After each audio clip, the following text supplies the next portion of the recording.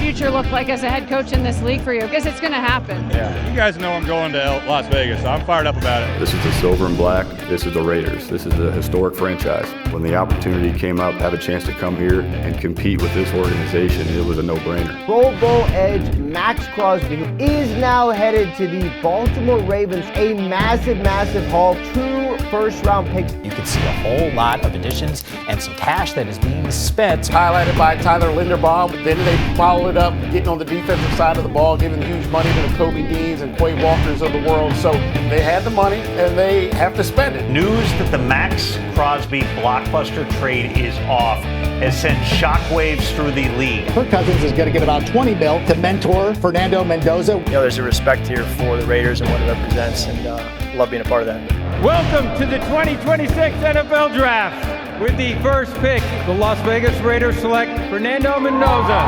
quarterback, Indiana. You've been exactly what we're looking for and what this franchise needs. Can't wait to reward. With the 38th pick, the Las Vegas Raiders select Drayden Stoops, defensive back, Arizona. With the 67th pick, Keyron Crawford, defensive end, Auburn. With the 91st pick, Trezun III, guard, Texas A&M. Welcome to the Raiders. Well, it was chronicled there in that montage. Maxx Crosby, what an offseason it's been for him. This is a dude whose motor is always on. 10 sacks last season. No other Raider had more than 5. And our guys, David Carr and Omar Ruiz, had an opportunity to catch up with him yesterday.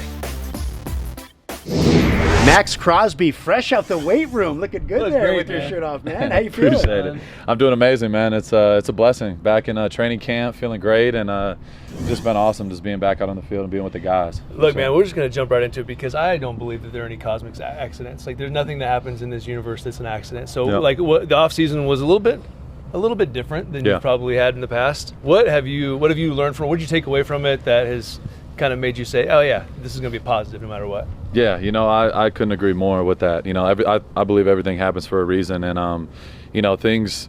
Sometimes the storm comes to clear the way, and when you're in it, you can't really see that. But once you change that perspective and realize, like, I'm living my dream. You know what I mean? Since I was a little kid, this is exactly what I wanted to do since I can remember. So there's going to be ups, there's going to be downs, there's going to be a lot of craziness, and people. When you talk about, what you want to do with your life and dreams and what you want to accomplish, like, sometimes, people say, be careful what you wish for. That's a part of it. I don't take that as a bad way. Like, everything that's gone on, like, I don't look at it as a negative when everybody else is like, you good, bro? You good? And I'm like, yeah, are you good? Like, why are you freaking out? Like, what bothers me is when people stress out about things that, like, they try to, like, act like they know what's going on in my head and whatever. I'm like, I feel like I'm living in a video game. Like, this is, if I was a kid and I was like, yeah, you're on SportsCenter, they're talking about this and all this craziness, I'm like, that's sick to me. Well, that's what I want to ask you. I'm a human. I knew you would have the right perspective. Yeah, I love it. And also, I love having my back against the wall. Like, I love when people doubt me. That's my story. I'm a 2-star recruit. Like, I had to beg for teams to give me a damn offer. And now it's like, it's the opposite. And I think that's cool. And ultimately, like, I'm exactly where I'm supposed to be in life. Right. And when you worry about tomorrow and you worry about yesterday, you're not present. And my biggest focus is being present and being the best leader and player I can be. So in the course of all those things, like, one of the positive things that came from it is you guys started signing defensive players, and you got. I wasn't mad about that. That's what I'm saying. It's like amazing how the world decides to lay that on our table. So you talk about the defense, like, you guys, a lot of attention, as there has been all morning, has been on Clint and the offense and Fernando and Kirk and who's it going to be. I'm like, defensively, these guys are going to be legit. Like, a really good defense. Talk about some of your components in defense. Yeah, I mean, you add a guy like Quay Walker, Nakobe Dean, you re-sign Eric Stokes, like, those three, the Georgia guys, like, they can all play at a really high level. You got Tonka Hemingway, a young guy from South Carolina going into his second year, who's had an incredible offseason. We have a lot of young guys. Like, it's the youngest group. I'm always used to being the young guy. Welcome, man. Now welcome I'm like the vet, and it's to you for weird. Bro. I know, of course.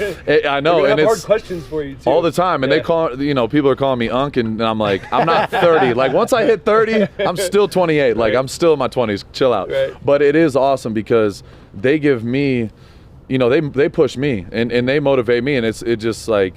it gives me another reason to compete, and like, okay, these dudes are 23 years old. They got all the energy in the world. And me, I'm flying. I'm like, all right, I got to really come to like Malcolm and all these dudes were flying. I got to be on my stuff every day. And I love that. You know what I mean? Well, I heard Clint say that they have to install the offense. They have to get the plays right. And then they have to check, oh yeah, where's Max? Max, last one from me.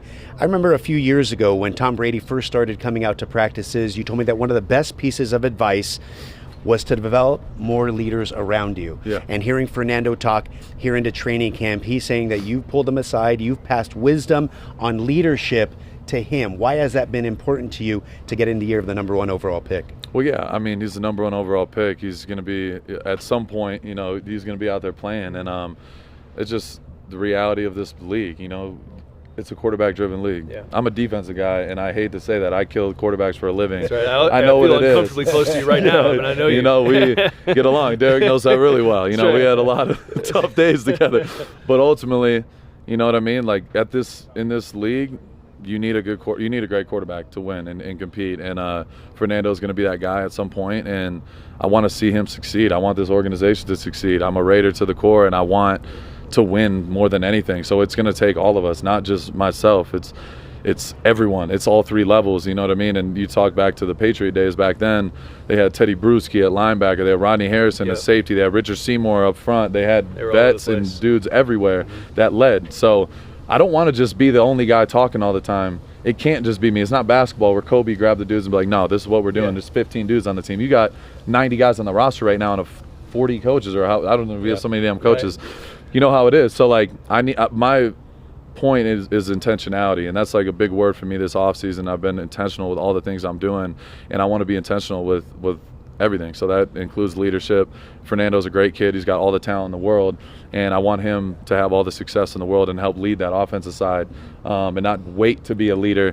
You got to come in. Rich Bisaccia told me that as a rookie. Like, I was out there. I'm a young dude, 4th-round pick with no expectations, but I was the most productive guy. And he's like, he pulled me in his office one day. He's like, don't wait to lead.